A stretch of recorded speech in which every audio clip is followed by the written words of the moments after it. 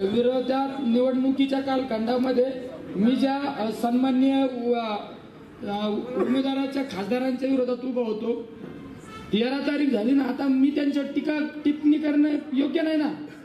मी तर काल पण एका पत्रकार परिषदेत सांगितलं, झालं गेलं सोडून द्यायचं ना।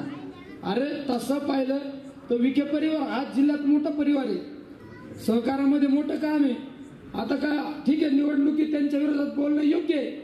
उमेदवार म्हणून मी नाही बोललो तर मला तरी उमेदवार काहीच बोलत नाही, बोललो झालं। कधी कधी माझ्याकडून एखादा शब्द घसारला असेल, त्यांच्याकडून घसारला असेल, माझं तेच लावून धरायचं का?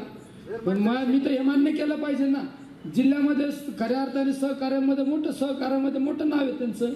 सहकारी साखर कारखाना मी ज्यावेळेस महाराष्ट्रात फिरतो, मी अभिमानाने सांगतो, पहिला आशिया खंडातला पहिला सहकारी साखर कारखाना पद्मश्री विठ्ठलराव विखेंनी केला।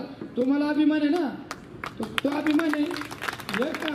आज पण मी बाहेर गेल्यानंतर मी अभिमानाने सांगतो, जिल्ह्याचे दुग्ध विकास मंत्री महसूल मंत्री माझ्या जिल्ह्यातले, हा पण अभिमान आपण सांगितला पाहिजे ना।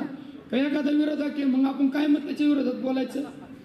काय नाही, उद्या माझं एखादं काम असलं, माझं उद्या DPTCचे जिल्हा पालकमंत्री म्हणून राधाकृष्ण विखे साहेब आहेत, मी माझं एखादं काम त्यांच्याकडे जाऊ शकतो, हक्काने म्हणू शकतो, साहेब नाही हे काम आहे करायला पाहिजे, करा मदत।